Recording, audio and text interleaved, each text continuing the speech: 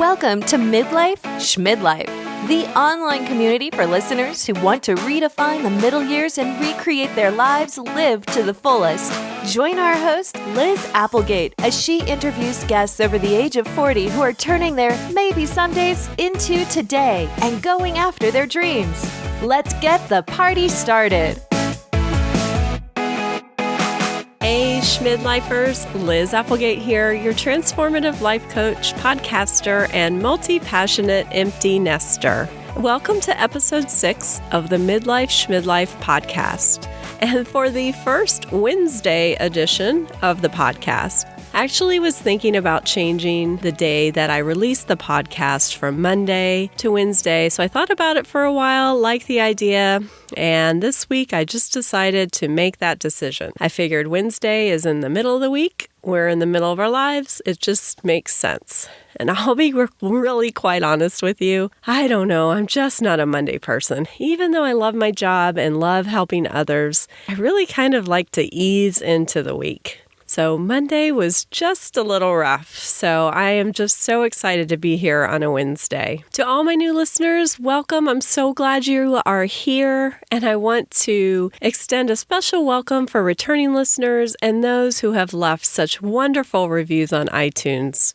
Your reviews and ratings help Midlife Schmidlife show up near the top when a midlifer is looking for inspiration. So head over to iTunes, subscribe, leave a 5-star rating and a review on what inspires you about the show. You can also find Midlife Schmidlife on Google Play and Stitcher. So today we have a lot of firsts. This is my first Wednesday edition, and today is also going to be my first official solo cast. And I am going to be sharing insight and tools that you can use when dealing with fear. Now you may be asking, why fear? Why are we going to talk about fear? I feel that most of us can identify fear when we're talking about maybe riding a roller coaster or standing at one of the top floors of a really high building and looking down. We get that jittery sense of just an adrenaline rush and our heart is pumping. And so we often identify that as being fear. But when you listen back to my guest interviews, I always ask a version of the question of, why do you feel it took so long to do this amazing thing that you're doing? Or sometimes my guests actually answer it before I even need to ask the question. But in all instances, whether they were writing a book or starting a business or coming out as a lesbian or getting ready to dance in a burlesque show to celebrate their 50th birthday, even though the answers may vary in wording, the distilled version of that answer was always fear. And that is often what I help my clients with. When they are wanting to make these great changes in their lives, they come up against fear. But part of the reason why it's so hard to move past it is because they don't recognize it as fear. So I thought that would be a great discussion to have today. So we already talked about fear as being a feeling, that heart-racing adrenaline rush. We are familiar with the flight, fight, or freeze responses that our ancestors in the days when these responses were needed for everyday survival. But these days, fear shows up subtly. Consider procrastination and perfectionism. Now, these two darlings, I say that they're twins because they often go hand in hand. They can feed off one another, leaving you stuck and not moving forward. Elizabeth Gilbert, the author of Big Magic and Eat, Pray, Love, she once said that perfectionism is fear in high-heeled shoes. Now, truly, it's really fear all dressed up, looking like it has its best intentions for us to succeed. But in reality, perfectionism can have you look at your efforts and think that they're not good enough. And then, like I said before, it goes hand in hand with procrastination. Both of these can keep us from making any effort because we may feel that it's not going to be good enough anyway. Fear can also show up with physical symptoms, feelings that we may overlook until we start looking at the pattern. So I want to share something with you. I was reading the book The Big Leap by Gay Hendricks.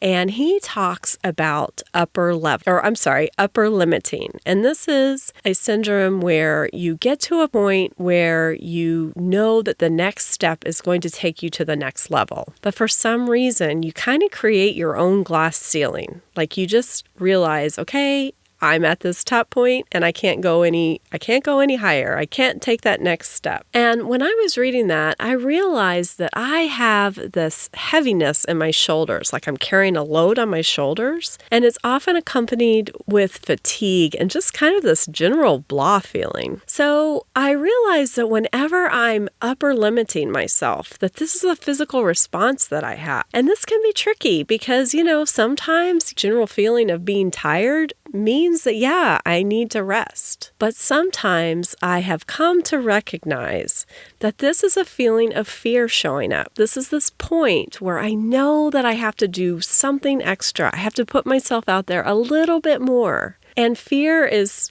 trying to hold me back. And now that I can recognize that, I can say, fear, here we go again. I see that you're here. And yes, sometimes I do rest and sometimes I do honor that tiredness feeling. But other times I realize that I just need a little pep talk. I need to recognize what's going on. Fear can also show up in what I call an inner meanie. So most of us have an inner meanie. We may not pay attention to him or her, but that is the one that tells you, that conversation you have going on inside that says you aren't good enough, smart enough, thin enough, young enough. You've probably heard that conversation before. Well, believe it or not, even if this voice sounds like a harsh parent from years ago or maybe an ex-partner, this is fear. The chatter comes from the ego's need for protection. So even when this voice sounds familiar, it's more of a reflection of a tender self-esteem. And this conversation that's going on is trying to keep you from being hurt. Now, something to point out is that often a response to physical feelings or even procrastination can bring out your inner meanie. Like I shared with you before, if I'm having this kind of blah, kind of tired feeling, and I take a nap because I'm honoring that, and then what do you know? I wake up and then I've got an inner conversation going on, chastising me because I'm being lazy. Or maybe you put off a project to the last minute to complete, and you find yourself using words like stupid, lazy, never going to get anywhere. So often the responses are going hand in hand and actually making another response worse. So you may be asking yourself, okay, great. I see that possibly fear is coming up. How do I get rid of it? Well, I am really sorry to disappoint you, but honestly, having fear and having these feelings of fear, it really is a healthy human response. And being fearless, it's really a myth. It's kind of in today's culture though, right? I mean, we're supposed to be fearless. We're supposed to be just like grabbing it by the horns and moving forward. But you know something? There's never going to come a day that you're going to wake up and find out that fear has disappeared. It just doesn't happen. Courage is feeling that fear and doing it anyway. And there are times in our lives when we really have to put on that cloak of courage to go forward. Now, if you don't address fear, what can happen is fear can make your world smaller and smaller. You begin to settle. You begin to settle for your own expectations, and then you also begin to settle for responses from other people and how other people treat you. The key is learning the signals that fear is present and developing tools that keep you from allowing this fear to direct which way you are going. So we've explored ways that fear may be showing up for you. So now let's talk about some tools and some things that we can do to move us forward. So the very first thing that I think is very important is to cultivate that awareness. So this means getting curious about fear. But often it's hard to identify, especially when we're first starting out. So I recommend that you start looking at patterns. Look at times when you know that you have procrastinated, or those times when you have started something and you didn't follow through. Maybe it's even a reoccurring fight with your spouse over money, Also, look at the physical signs as well. The headaches that seem all too familiar, or that blah feeling that shows up when you really want to be energized about a new project. Start keeping a journal of these patterns. Start just going through your everyday. Take a couple weeks. Be curious about this. Notice when these things happen. Notice them at work. Notice them at home, in your family life, in your personal life. Begin to keep a record of when they show up. Write what was going on and what your response was. The second part of this is to then get curious as to what is actually going on. So after you've begun to identify the patterns, it's time to uncover what's behind them. I'll use examples here from my past podcast guests. So if you're like Tiffany from episode 3, and you have always wanted to write a book, but you start on that project, but then you don't return to the project for months. So when you realize that this is a pattern, look at that. Ask yourself why. Is this because of perfectionism? Is it because you've read what you've written and you feel like you're just not good enough? Ask yourself how you want to feel when you are writing. Ask yourself who you would be if you allowed yourself to write without judgment. Maybe you've always wanted to start a business like Rachel in episode 1, but every time you sit down to map out a plan, you have this running conversation in your head of who do you think you are? No one is going to want to do business with you. You don't know enough. It could be some variation of this. You may even be able to pinpoint a general hollow physical feeling in your stomach when you think about this.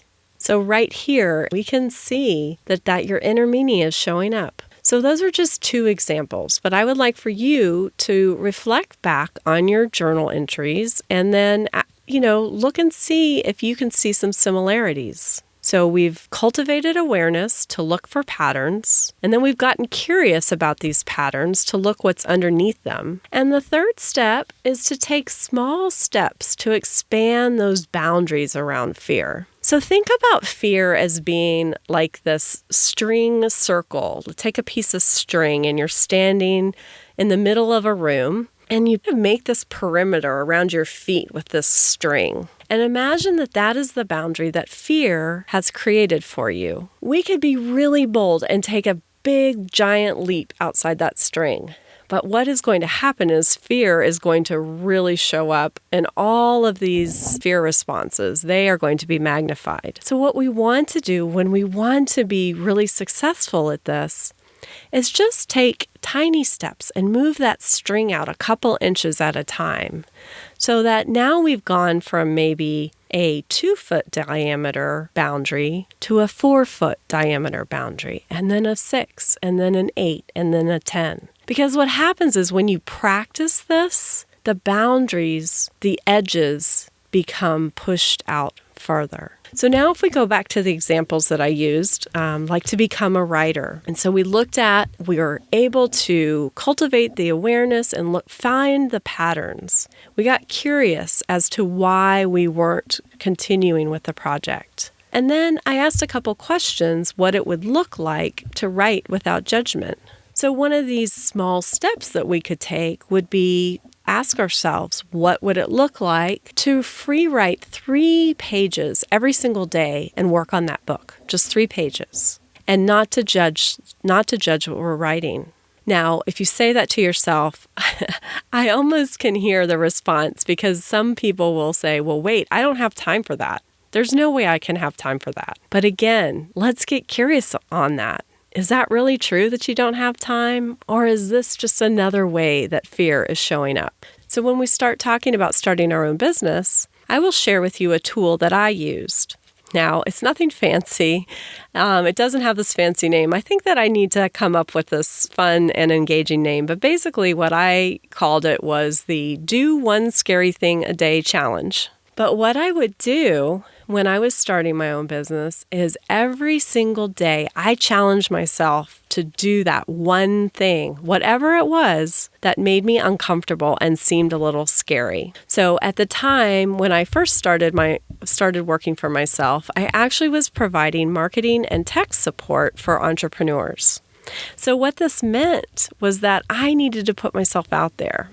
So I was networking and interacting in online groups, and I made myself every single day reach out to someone who I didn't know and strike up a conversation. And I even did that when I was out shopping. Maybe it got to the end of the day and I hadn't had time to do that yet, and I was standing in the grocery line. Well, I made sure that I turned around and began talking to the person behind me. And honestly, that's kind of scary. I'm not like that. I'm not an extroverted person that can just, strike up a conversation with just anybody. But what I was doing was I was making that fear perimeter, like I explained to you, I was making that larger.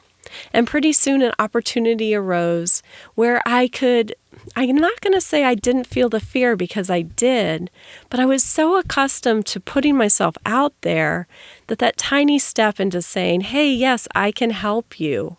I want you to hire me. That came easier.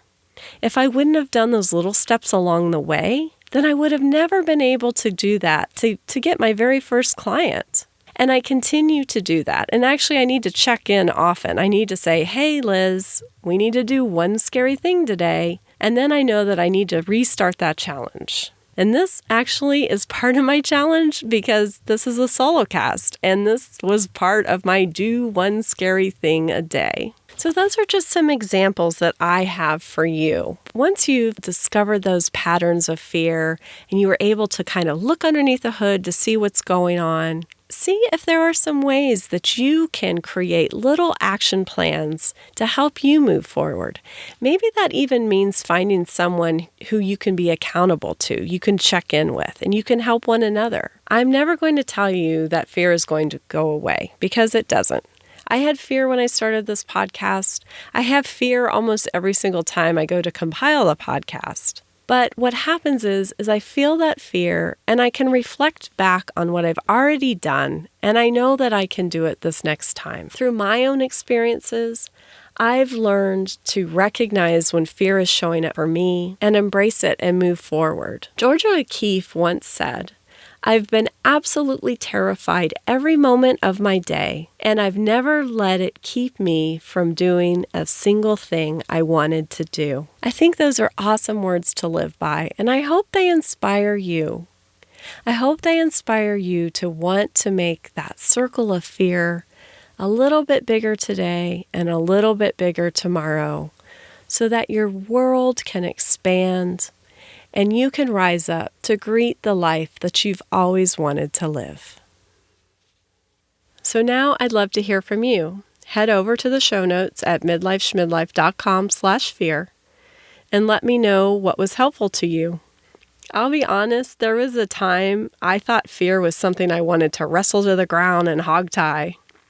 And I even used those words in social media posts and a blog post that I wrote over 2 years ago. But you want to know something? I was never able to catch fear. Fear was always out of arm's length, and fear was leading the way. It wasn't until I learned to make friends with fear that I was really able to learn my purpose for this time in my life. And I would love to help you do the same. Thanks for joining Liz for the Midlife Schmidlife podcast. Remember, some days are never on your calendar until you put them there. Until next time.